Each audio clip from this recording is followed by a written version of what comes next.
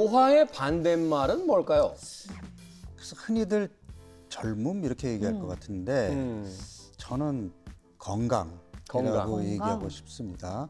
그러니까 어디선가 30대 후반이 되면 건강 무료 체험판이 끝난다. 라는 말을 본 적이 있어요. 슬프다. 이제는 유료 구독을 해야 되는 상황이군요. 그러니까 젊을 때는 특별한 건강 관리를 안 해도 활력이 넘치고 잘 지낼 수 있었지만 30대 중반이 넘어서부터는 내가 건강하기 위해서 그러니까 노력하지 않으면 안 되는 이제 그런 시기가 오는 거거든요. 그래서 저는 이제 노화의 반대말은 젊음이 아니라 건강이다 이렇게 생각합니다. 일리 있는 이야기세요. 그렇다면 우리 조수는 노화의 반대말이 뭐라고 생각을 합니까? 저도 사실 질문을 듣자마자 제 젊음이라는 생각을 했거든요. 근데 이렇게 건강이 이 상태가 지나서 무료구독이 끝났구나라는 생각만 지금 그게 가득합니다. 이제 유료구나. 너무 슬프다.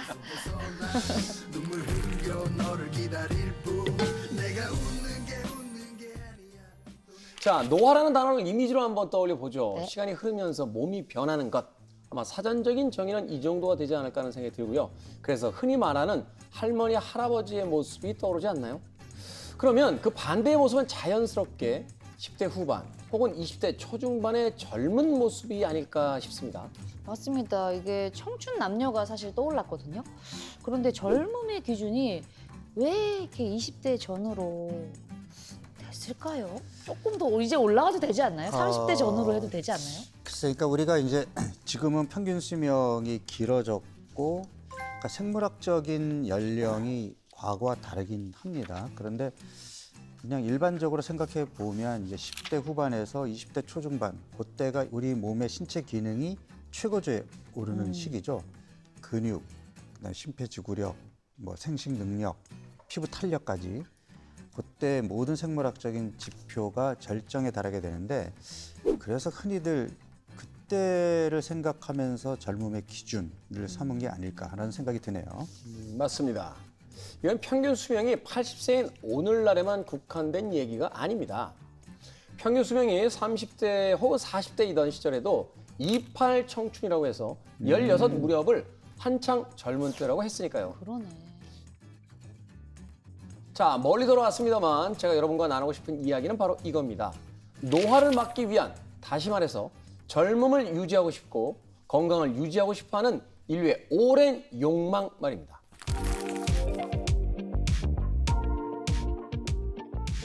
먼저 젊음과 떼려야 뗄 수 없는 아름다움에 관해서 이야기를 해보려고 합니다. 조수, 네. 매년 유행하는 화장법 바뀌죠? 조금씩이나마. 바뀌죠. 이게 매년 유행하는 게 바뀌면서 화장품들도 매년 새롭게 나옵니다.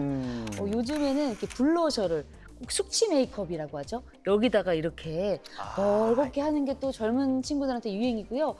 정말 이 아름다움에 대한 욕구는 계속해서 계속 발전하는 것 같아요. 네, 사람은 성장하면서 이 얼굴의 중안부가 점점 길어지죠. 네. 이 중안부를 지금 이렇게 화장 기법으로 좀 짧아 보이게 한다는 거는 어려 보이게 하는 화장법으로 생각이 블러셔를 되네요. 이렇게 하는 게 좀 네. 중안부가 짧아 보이죠. 붉게. 네, 볼게. 약간 오늘은 조금 덜 넣긴 했는데 네. 오늘 너무 어려 보이면 안 될 것 같아가지고 우리 닥터 피와 우리 탐정님과 좀 맞춰야 될 것 같아서 오늘 블러셔를 좀 뺐습니다만 평소에는 이렇게 붉게 하고 다니면은 아주 그냥 애기 엄마야? 그럼 깜짝깜짝 다들 놀라거든요. 조수가 잘 모르는 게 있는데 네. 닥터와 저는 술 살짝 마시고 아침에 일어나면 그렇게 됩니다. 아 그렇군요. 숙취 메이크 분위기가. 그거는 숙취 메이크업이 아니라 그냥 내추럴 숙취인데요. 메이크업이 된 상태에서. 자, 어쨌든 흔히 동안 메이크업이라고 하는 건데요. 그 반대인 노안 메이크업 같은 건 없나요? 노안 메이크업은 사실 들어본 적이 없거든요. 어려 보이는 동안 메이크업 이런 건 있어도 이 노안 메이크업이라는 건 없는 것 같아요. 이게 성숙한 것과 나이 들어 보이는 것은 사실 좀 다르니까요. 자, 포인트를 정확하게 짚었습니다. 모든 기준은 시대에 따라 사람에 따라 조금씩 바뀌게 돼 있죠. 그런데 아름다워 보이려고 하는 화장에서 드러나듯이 아름다움에 변치 않는 기준은 10대 후반부터 20대의 젊음입니다. 자, 그럼 예전 화장에서 젊어 보이기 위해서 특히 신경을 쓴 부분은 어디였을까요? 피부 아닐까요? 이 피부가 좋아 보이면은 이렇게 모든 게 다 예뻐 보이거든요. 네, 맞습니다. 피부는 우리 몸에서 가장 넓게 드러나는 부분이면서 노화의 징후가 가장 먼저 드러나는 부위이기도 하죠. 맞습니다. 이 화장은 기원전 7,500년 고대 이집트에서 본격적으로 시작이 됐다고 알려져 있는데요. 초기에는 종교적인 의식과 신체 보호라는 목적으로 시작이 됐습니다만 점차 외모를 치장하기 위해 화장을 하기 시작했다고 합니다. 이는 우리가 잘 아는 클레오파트라 여왕, 그 시대의 정점을 찍게 되는데요.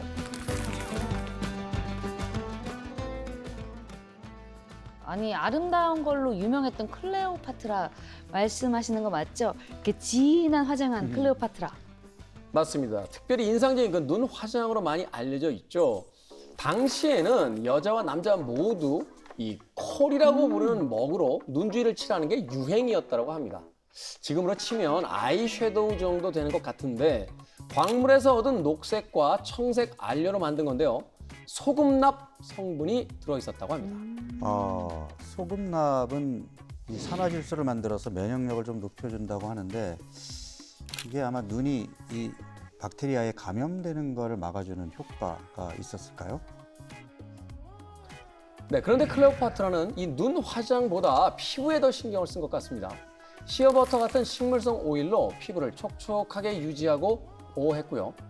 전설처럼 클레오파트라가 사해의 진흙으로 팩을 했다 하는 말도 전해지고 있죠.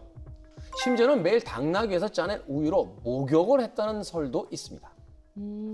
아니 그러고 보니까 이렇게 지금은 청결 문제 때문에 금지되어 있지만 예전에 대중목욕탕 가면은 우유로 이렇게 팩하고 온몸에 이렇게 좀 마사지하고 하셨던 분들이 계셨거든요.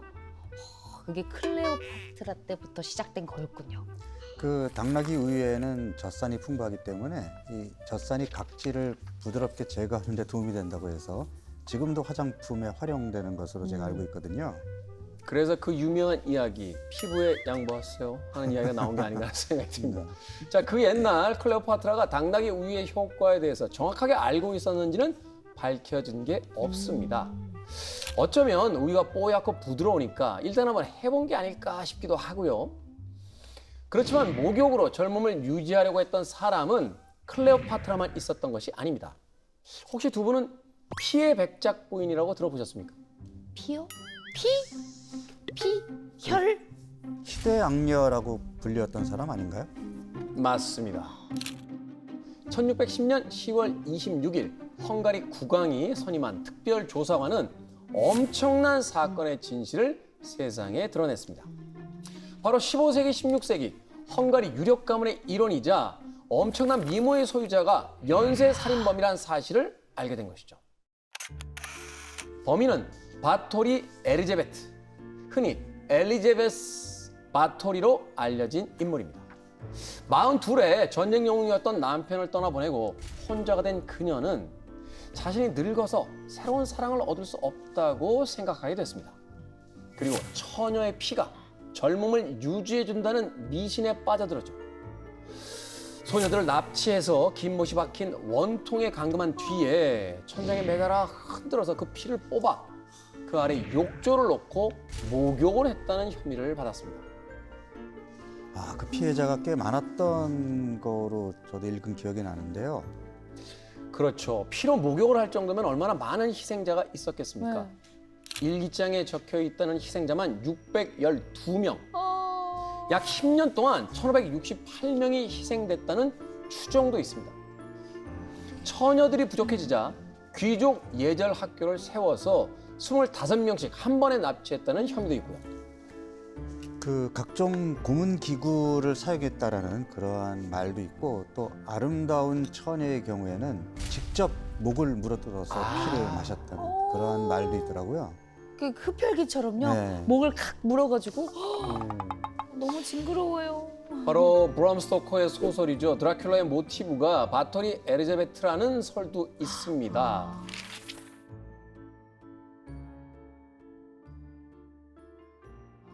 어쨌든 최근엔 그녀가 남성주의 귀족 정치의 희생자라는 말도 나오고 있어요. 막대한 양의 황금을 빚지고 결국 그 빚을 갚지 못했던 루돌프 2세 황제가 그녀가 죽은 후 강력한 권력을 잡게 된 가문의 이야기는 그 음모론에 힘을 실어주고 있습니다. 말하자면 그녀는 누명을 썼고 황제가 그녀의 재산을 타면서 엉뚱한 이야기를 덧붙였다라는 것이죠. 무엇이 진실인지 속단할 수는 없지만 아무튼 이야기만큼은 정말 끔찍한 것이 확실합니다. 아무리 생각해도 젊어지려고 이렇게 사람의 피로 목욕을 하고 이거는 정말 말도 안 되는 것 같습니다. 아, 젊어지고 싶더라도 그것만은 하지 않을래요. 그러면 간단하게 수혈로 해결할 수 있다라고 하면 어떻게 하시겠어요? 수혈이요? 수혈하는 그런 사건도 있었나요? 불과 몇 년 전 이야기인데요. 미국의 한 벤처 기업에서는 2018년 10대와 20대의 피를 35세 이상 성인에게 수혈하는 사업을 벌였습니다. 돈 많은 미국 중년 남녀가 주 고객이었는데 2023년 5월엔 미국의 백만장자 브라이언 존슨이 자신의 피를 아버지에게 수혈했고 아버지의 신체 나이가 25세 어려졌다고 주장하기도 했습니다.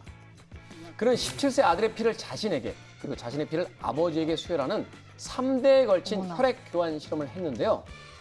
아들의 피를 받은 자신에겐 큰 효과가 없었지만 아버지는 노화 속도가 느려진 상태를 6개월 동안 유지했다라고 말하기도 했는데요. 아니 이게 진짜 최근에 있었던 일이라고요? 아, 그러면은 뭐 아버지의 피를 아들이 받으면 그 아들이 늙어지나? 그건 또 아닐 거 아니에요. 이건 말이 좀 안 되는 것 같은데? 만약 그게 사실이라면 앞으로 병원에서 수혈을 받을 때 선생님 이 피는 몇 세 피인가요? 라고 물어보는 사태도 생길 수 있다는 거잖아요. 이 피 받고 수술 받고 일어나면 저 늙어지는 건가요? 이렇게 될 수 있는 거잖아요.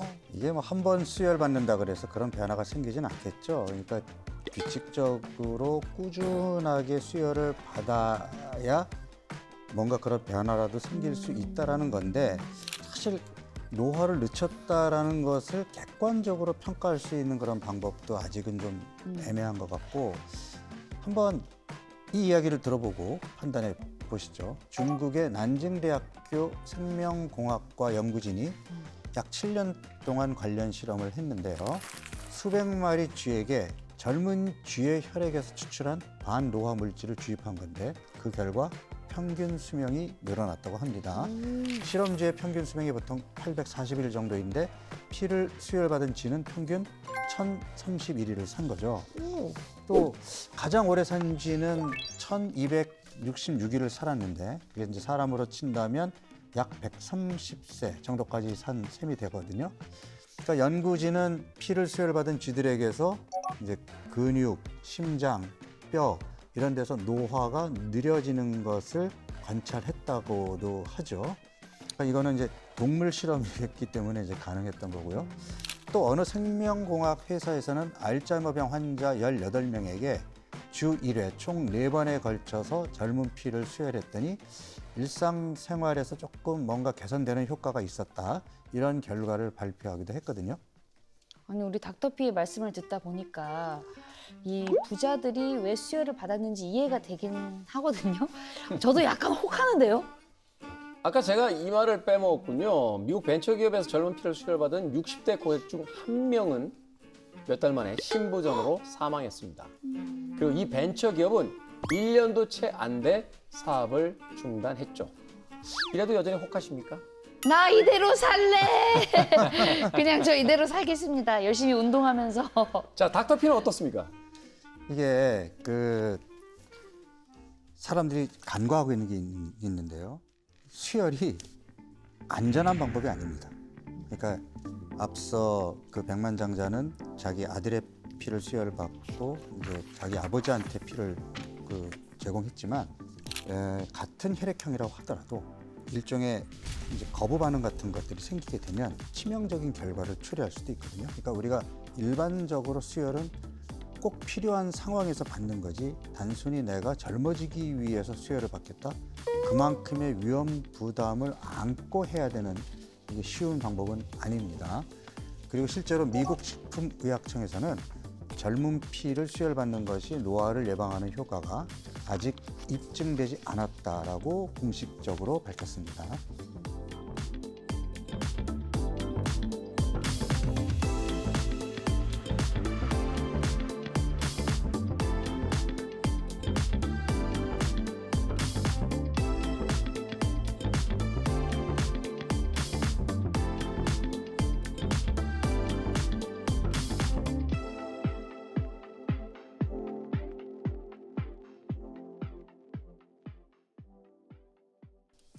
젊음을 위해서 혈액뿐만 아니라 최근 세포 연구도 이어지고 있죠. 관절, 유전자, 장기연으로 불치병을 치료하려는 시도도 이어지고 있습니다.